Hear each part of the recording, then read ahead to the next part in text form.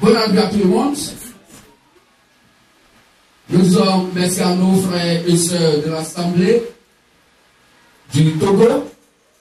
Ils sont venus rendre visite à ces frères et sœurs de l'Assemblée de l'église de la Riviera Cocody. Nous sommes encore plus heureux de partager ce moment avec vous.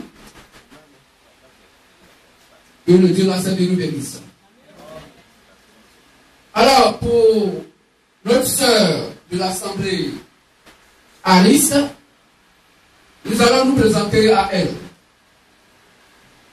Alors, elle va, je vais la voir. Il y a un aussi catholique derrière. Il peut se lever un peu, je vais voir une frère catholique. Ok, merci frère. Merci. Donc, il y a un autre frère qui est de l'Assemblée catholique et une sœur qui est de l'Assemblée ariste. Soyez les bienvenus, que Dieu vous bénisse. Ici, c'est Christ, la parole, dans le nom merveilleux, révélé, et le Seigneur Jésus le Christ, la parfaite chair. Dieu vous bénisse. Et nous voyons combien de fois vous aimez ce véritable Dieu, parce que c'est lui qui nous a aimés premièrement, en acceptant de mourir pour nous à la croix. Amen. Dieu vous bénisse. Alors, nous allons nous présenter à vous.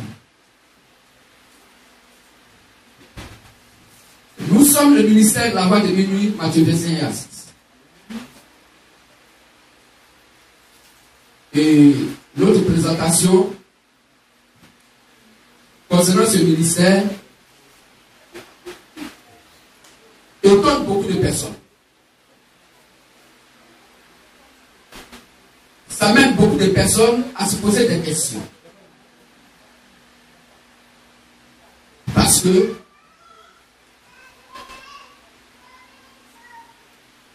dans l'expression de ce ministère, dans sa manifestation,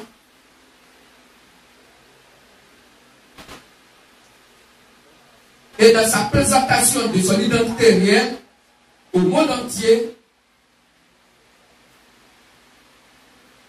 certaines personnes, n'ayant pas les yeux dans ces écritures, n'arrivent pas à comprendre, à cerner, parce que pour eux et pour elles, les églises qui sont sur la terre et qui pensent selon la chair, la pensée humaine, être les premières, parce que ce sont ces assemblées d'églises qui font plus de boucan, qui sont connues plus dans le monde entier. Les gens pensent que ce sont ces églises-là qui ont été mandatées par le véritable Dieu, le Seigneur Jésus-Christ.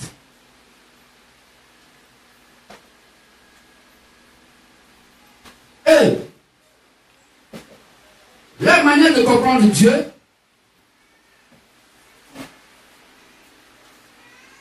il s'appuie davantage sur la pensée humaine et non sur les saintes écritures, faisant croire et comprendre à d'autres personnes que Dieu est dans la quantité des choses, dans un nombre grand des choses, et dans la sainteté charnelle. Or, Jean 1 dit, au commencement était la parole. Donc, le plus ancien des anciens, de ce qui est et de ce qui peut exister, s'appelle la parole. C'est la parole qui est au commencement. Et c'est cette parole qui a créé toutes choses. Alors, si nous voulons comprendre quelle est la volonté parfaite de l'éternel Dieu, dans ce qui concerne la sainteté des choses, il a lieu de s'instruire auprès donc de la parole qui est Christ, étant la sainte Bible sous la forme écriture. Dieu se bénisse. Parce que on nous fait croire que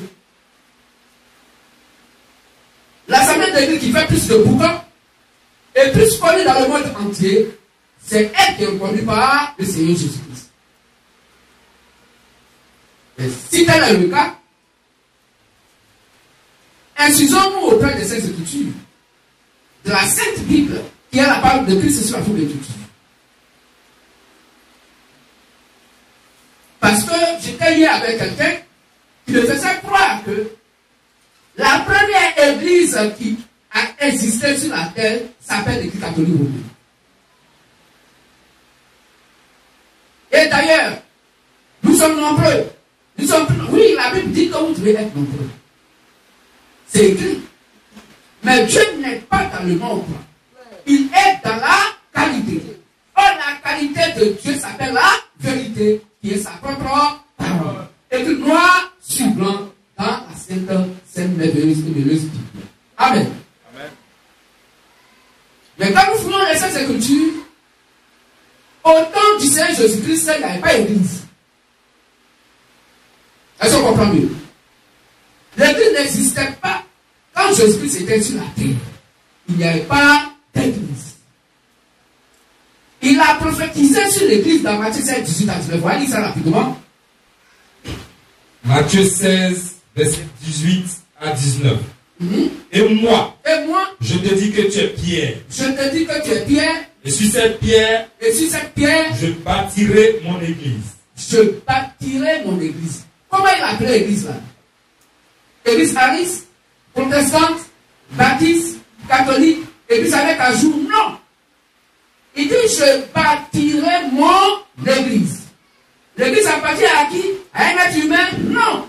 L'église appartient au Seigneur Jésus-Christ. Quand il a dit mon église, il n'a pas dit nos églises, il dit mon église. Tous les gens qui sont aujourd'hui des chefs d'église, des directeurs d'église, ils sont des dirigeants de Satan. Dieu les connaît. Ils ont pris le titre du propriétaire de la chose. L'église appartient au Seigneur Jésus-Christ et eux, ils s'appellent les directeurs d'église. C'est comme Matthieu 23 dit, n'appelez personne directeur.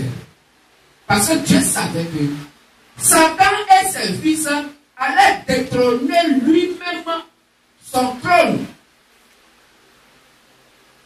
de ce qu'il a créé et de ce qu'il a fait, et que lui-même devait avoir la gloire de ces choses.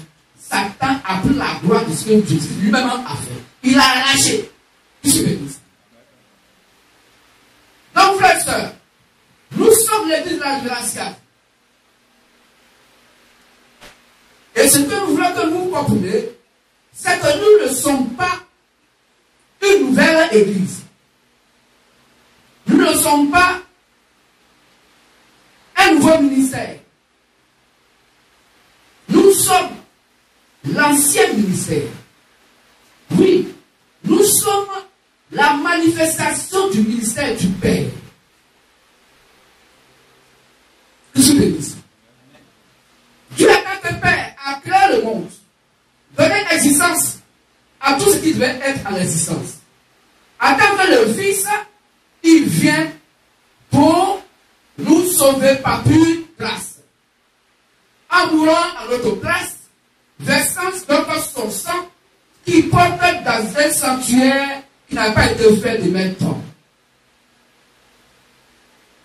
Et en tant que Saint-Esprit, de par ses apôtres, ses disciples, appelés les apôtres Saint Jésus le Christ, le Saint-Esprit vient maintenant pour nous conduire dans toute la vérité. Et c'est ce qui a été fait pour l'Église des Nations, depuis Paul jusqu'à William Marion Branham, qui est le 7e et dernier prophète messager majeur. Amen.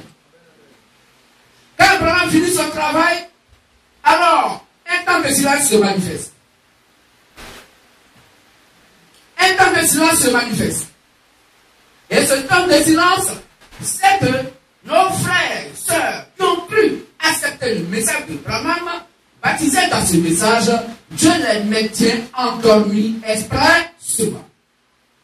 Afin qu'au milieu de la nuit, nous, ministères de la voix de Dieu, Matthieu 26, nous puissions donc prendre la place, réveiller donc ce grand ministère de Zacharie 14, 7, prêché donc par William Marion Branham, Et afin que nous manifestions, nous ministères de la voix de Matthieu 25 à 6, l'enlèvement, pour croiser notre époux dans les airs.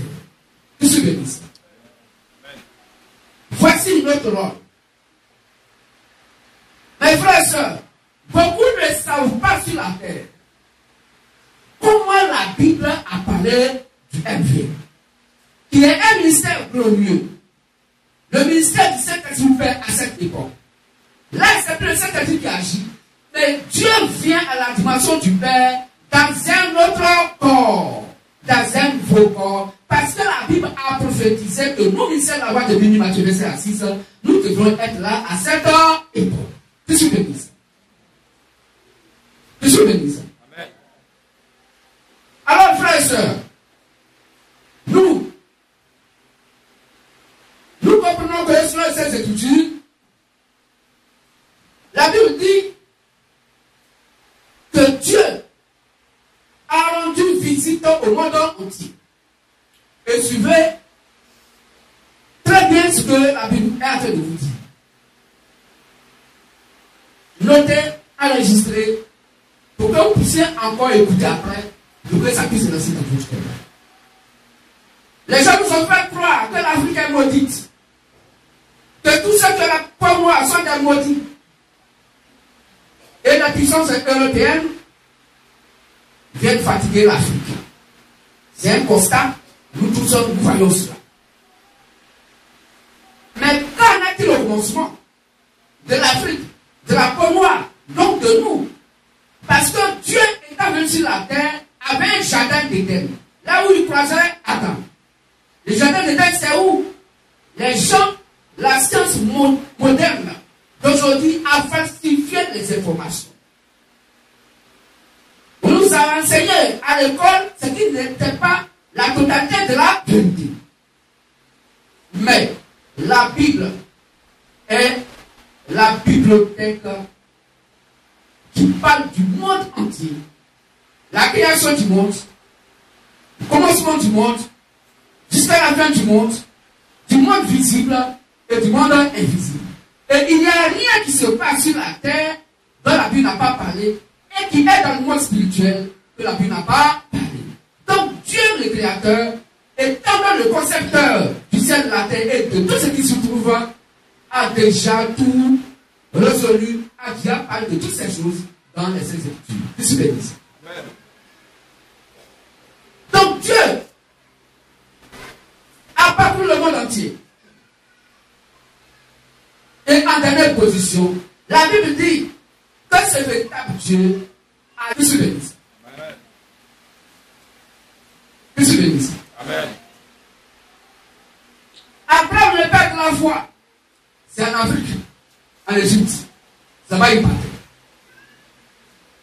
L'Afrique était la puissance en son temps. Quand le monde entier avait faim, il fallait partir en Égypte pour se nourrir du blé, pour manger. Amen. Quand Abraham a eu faim, c'est là-bas qu'il est parti. Isaac, c'est en Égypte. Il était. Qu'il se bénisse. Jésus-Christ, quand il est né, quand Pharaon voulait détruire l'enfant, l'ange lui a dit à Joseph, va avec l'enfant, vis avec lui en Égypte ou encore en Afrique. Amen. Que tu bénisses. Est-ce qu'on comprend mieux? Amen. La reine de Séba, elle quittait l'Égypte, l'Afrique, pour aller croiser qui? Salomon. La femme que Salomon a aimée. Que tu bénisses. Elle quittait l'Afrique et elle partait croiser Salomon. Que tu bénisses. Et elle, donc, prenait la sagesse de Salomon et elle retournait avec encore en Afrique, en Égypte. Que tu bénisses. Amen. La femme typifie quoi?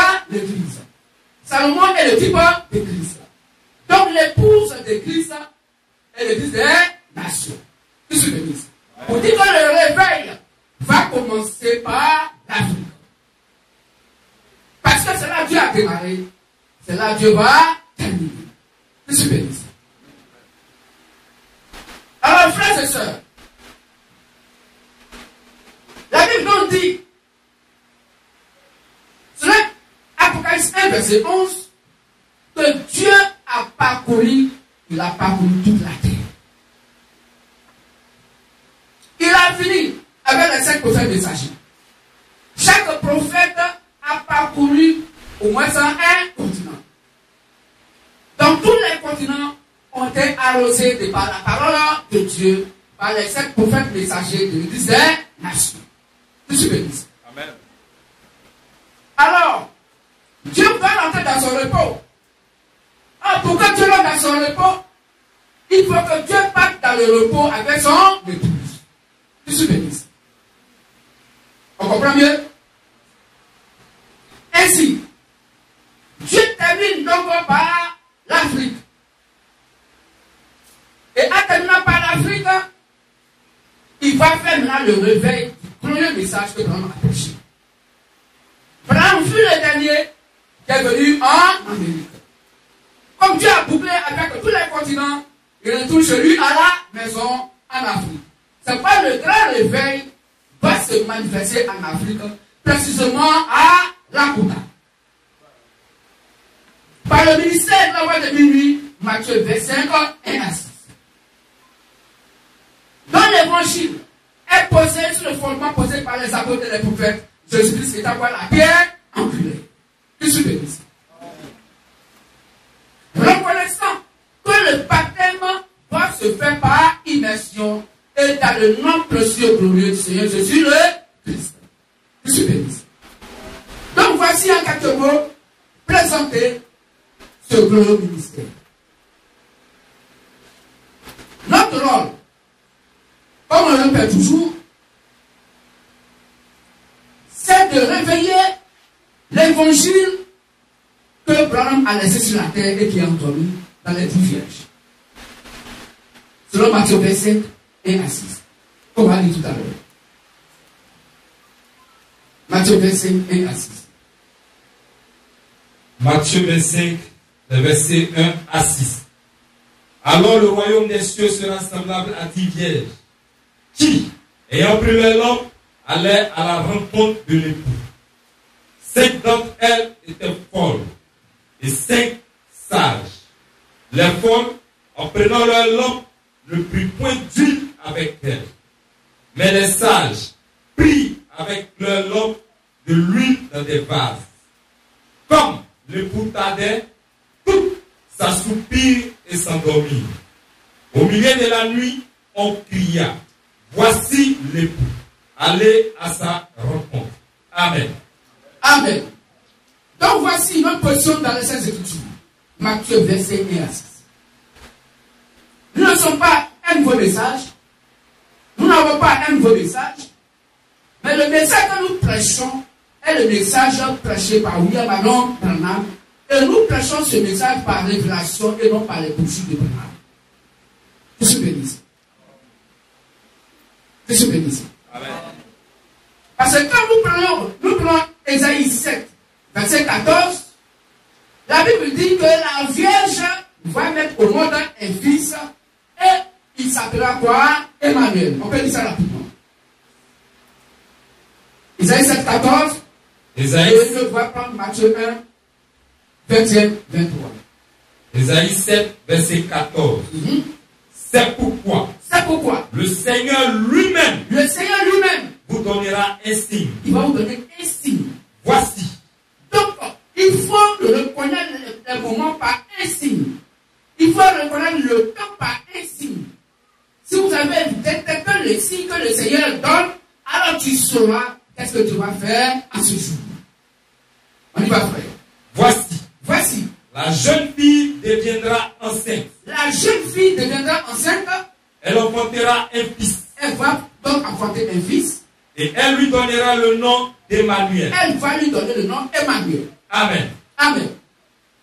Matthieu 1, Matthieu 1, 21, verset 21 au verset 23. Elle enfantera un fils. Il faut parler de Luc. Et tu lui donneras... Luc 1, verset 33. Elle enfantera un fils. Elle va enfanter un fils. Et tu lui donneras le nom de Jésus. Alors là-bas, il est dit dans la prophétie que la femme va porter le nom Emmanuel. Est-ce qu'on comprend mieux? À la manifestation de la prophétie, l'ange Gabriel change le nom. Il ne dit pas le nom qui a été dit donc, dans l'Ancien Testament, mais il donne maintenant un nom glorieux. Il donne un autre nom. Amen. Amen. Donc tous les autres qui étaient au courant que c'est Emmanuel qui allait venir, et ils ont noté donc dans leur calendrier que la femme qui vient, Dieu vient sur le nom Emmanuel.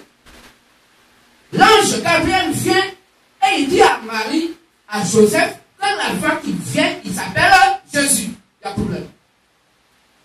Comment ils vont le voir par le nom? Il y a problème sur le signe.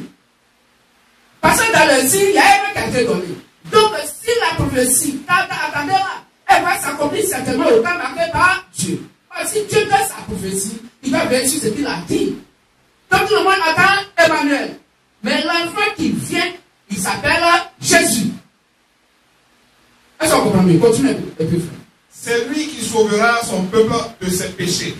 C'est ce Jésus qui sauvera son peuple de ses péchés. Donc il vient en tant que sauveur. Que je bénisse. Vas-y. Tout cela arriva afin que s'accomplisse ce que le Seigneur avait annoncé par le prophète. Voici. La Vierge sera enceinte. Elle enfantera un fils. Oui. Et on lui donnera le nom d'Emmanuel. Et on lui donnera le nom Emmanuel. Ce qui signifie oui. Dieu avec nous. Que Dieu avec nous. Que je bénisse. Amen. Que je bénisse. Donc, l'enfant qui naît, qui va venir, il s'appelle Jésus. Pour dire Dieu sauveur. Mais il vient en tant qu'Emmanuel pour que Dieu soit avec nous. Quand Emmanuel veut dire Dieu avec nous. Mais si Dieu est avec nous, c'est pour faire quoi? Il faut qu'il soit Jésus. Il faut qu'il soit sauveur. Est-ce qu'on comprend mieux? Prenons de Luc 1. Verset 6. Luc 1, le verset 33. Verset 33. Au sixième mois, l'ange Gabriel fut envoyé par Dieu oui. dans une ville de Galilée appelée Nazareth, auprès d'une vierge fiancée à un homme de la maison de David, nommé Joseph. Le nom de la vierge était Marie. L'ange entra chez elle et dit, oui. Je te salue. Toi, c'est pas je vous salue. Je te salue. Vous voyez, on nous appelle croire que là, vous voyez Marie. Marie est quoi? Pour que Dieu la voie. Je vous salue Marie, Mère de Dieu. C'est une fausse prière. C'est pas écrit. Cela est condamné par Proverbe 30, verset 6. Cela est condamné par Matthieu 5, 37. Cela est condamné par Apocalypse 22, 18 à 19. Dites, je te salue, Marie. Il n'a pas dit je vous salue, Marie. Car quiconque ajoute à ce que Dieu dit, ça vient de Satan. Continue, frère. Je te salue. Oui. Toi à qui une grâce a été faite. Toi à qui une grâce a été faite. Une seule grâce. Mais on nous fait croire que Marie est pleine de grâce. C'est faux. Le seul qui est plein de grâce et qui apporte la grâce à chacun et à chacune d'entre nous, de par son sang qu'il a versé, s'appelle le Seigneur Jésus-Christ. Car il est la grâce et qui est venu vers Marie pour que Marie puisse avoir cette grâce. Donc, si quelqu'un vous dit que Marie est pleine de grâce, c'est faux. C'est une prière satanique. Ce n'est pas reconnu par les Écritures. Car Dieu fait ce que ça va pour l'exécuter. Et il ne doit rien ajouter, il ne doit rien retrancher. Deutéronome 4, verset 2. Continue, frère. Le Seigneur est avec toi. Le Seigneur est avec toi. Troublé par cette parole, oui. Marie se demandait ce que pouvait signifier une telle salutation. L'ange lui dit, ne crains point, Marie. Ne crains pas. Car tu as trouvé grâce devant Dieu. Tu as trouvé grâce devant Dieu. Et voici, tu deviendras enceinte. Et tu enfanteras un fils. Tu vas enfanter un fils. Et tu lui donneras le nom de Jésus. Est-ce que c'est Emmanuel? Non. Le nom de Jésus. Parce que le rôle pour lequel il vient, ce n'est pas seulement pour être avec nous, mais pour nous sauver. Jésus le dit, Dieu sauveur. Dieu bénisse. Amen. Amen. Donc voici la prophétie. Elle s'accomplit. Donc à cette époque où Marie donc, tombe enceinte par les vertus donc, du Saint-Esprit et donc l'enfant Jésus naît. Dieu bénisse. Mais regardez, quand l'enfant Jésus est né, voici Esaïe qui va prophétiser sur l'enfant. Qu'est-ce qu'il doit faire? Sur Esaïe 61, après verset 1 à 3. Il vient pour apporter une année de grâce. Pourquoi? Parce que c'est lui qui est la grâce. Sur Jean 1,14, la parole a été faite chair. Et cette parole qui a été faite chair est pleine de grâce pour distribuer cette grâce à chacun et à chacune. Car tous ont péché et sont privés de la gloire de Dieu. Il faut que la grâce vienne pour pouvoir nous sauver. Or, avant que la grâce vienne nous sauver, il faut que la loi nous condamne d'abord, afin que la grâce puisse avoir sa valeur d'agir. Est-ce que vous comprenez mieux? D'où Dieu a envoyé Moïse. Comme dit Jean 1, verset 16 à 18. On lit ça. Jean 1, 16 à 18. On fait un peu petit frère. Jean 1, verset 16 à 18.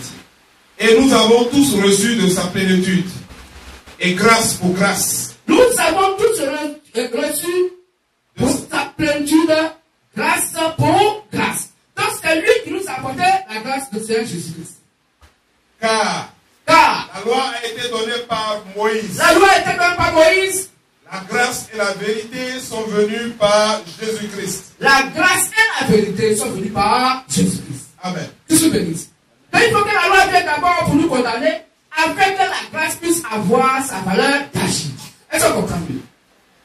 Parce qu'on ne peut pas gracier quelqu'un qui n'a rien fait, qui est libre. Pour qu'on gracie quelqu'un, il faut qu'il soit coupable, il faut qu'il soit condamné. Pour que la grâce puisse venir pour dire que moi je meurs à sa place, prends-moi à sa place et que lui soit libre. La mort a pris Jésus-Christ à notre place pour que nous soyons libres. Et comme il a la capacité donc, de se ressusciter, il est ressuscité dans les morts afin que nous soyons libres. Que je bénisse. Voici ce que la grâce a fait. La grâce a fait Seigneur Jésus-Christ. Donc il a apporté une année de grâce. Sur Esaïe 61, et il est venu pour un jour de vengeance. Mais il vient et nous apporte la grâce. Cette grâce, c'est la bonne nouvelle que le Saint-Esprit donc a prêché de par les apôtres Seigneur Jésus-Christ. C'est ça qui est l'évangile de la grâce. Quiconque n'a pas cet évangile dans son âme, qui n'a pas cet évangile dans son cœur, tu meurs, tu vas à l'enfer.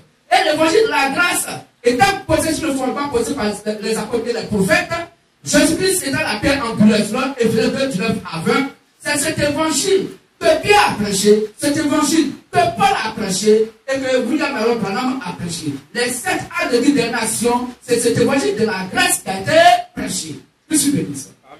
C'est pas, frères et sœurs, à cette époque, du temps de la Odyssée, où nous sommes, frères, le temps de la Odyssée est un temps plus difficile, le plus dangereux de toute la création que le Seigneur Jésus-Christ a faite. De toute son adoration qui a été manifestée, le temps de la Odyssée est le temps le plus dangereux. Est-ce que vous comprenez? Dans les derniers temps, qu'est-ce qui s'est passé? Quand nous prenons Acte 8, verset 1, l'église était persécutée. Son détail se persécutait l'église quoi? Physiquement. Ou bien? Que je bénisse ça. Acte 8, verset 1. Il y eut ce jour-là une grande persécution contre l'église de Jérusalem. Et tous, excepté les apôtres, se dispersèrent dans les contrées de la Judée et de la Samarie. Amen. Amen. Donc l'église était persécutée physiquement. Est-ce qu'on comprend mieux? Les premiers sacrificateurs, au temps de Jésus-Christ, poursuivaient Jésus-Christ pour le tuer, pour ne pas qu'il prêche. Parce qu'ils s'appelaient sa doctrine, une nouvelle doctrine, une fausse doctrine. Amen. Quand les apôtres étaient là, ils étaient persécutés. Les gens les chassaient. On leur imposait de ne pas prêcher au nom de Seigneur Jésus-Christ. Amen. Amen. Et là, ils savaient ce qui était devant nous. Ils savaient comment il faut fuir. Mais aujourd'hui, le temps de la Odyssée, c'est un temps de la grande séduction. Où on va te faire croire que le Dieu que tu adores est le véritable et réel Dieu. Que quand tu adores comme eux ils adorent, tu vas au paradis. Pourtant, ils te conduisent à l'enfer. Voici la Odyssée. Est-ce que vous comprenez mieux? Oh, hier là-bas, on a t'empêché physiquement de faire. Mais aujourd'hui, on va t'empêcher d'adorer le véritable et réel Dieu et t'amener à l'adorer à leur manière. Par une forme de subtilité et de séduction. Amen. Et quand tu vas regarder ça, tu penses que tu adores Dieu, pourtant tu adores Satan sans le savoir. Amen. Je suis béni. Alors, frères et sœurs, c'est en ce moment de cet évangile que les 7 messagers ont prêché et que le dernier est le frère William Alon Branham, cet évangile qui est révélé aujourd'hui par le ministère de la voix de l'Union Matthieu 25 26. C'est ce que vous prêchez. Cet évangile est basé sur le verset 19 à 20, qui est le fondement que les apôtres ont posé. Sur Galates 1, 6 à 9, qui est le fondement qui a été posé. Et qui est donc à la phase du jugement, disant que quiconque ne prêche pas comme eux ils ont prêché, que cette personne soit maudite. Qui se bénit ça? Qui se bénit ça? Alors, frère, la Bible dit que si quelqu'un adore Dieu, selon 1 Corinthiens 11, avec verset 3 à 4, si quelqu'un adore Dieu, chapeau sur la tête, la personne adore Satan. On dit ça. Je dis un peu pour notre soeur ou notre frère, notre soeur Alice. Un prédicateur qui a quelque chose sur la tête, il s'appelle ça un diadème. Non, Moïse avait ça. Oui, mais si dans le Nouveau Testament, ceux à qui Dieu a mandaté, ceux à qui il a donné la bonne nouvelle, toute adoration qu'ils ont faite, et qui n'a rien à voir avec ce que quelqu'un fait quelque part, l'adoration de la personne est fausse. Parce que Jésus dit qu'on doit prendre ce que les apôtres ont fait. Amen. Ils sont notre modèle dans l'adoration. Aucun apôtre n'a jamais mis chapeau sur la tête pour adorer. Comme le pape le fait, comme le Seigneur le fait, comme les évêques le fait.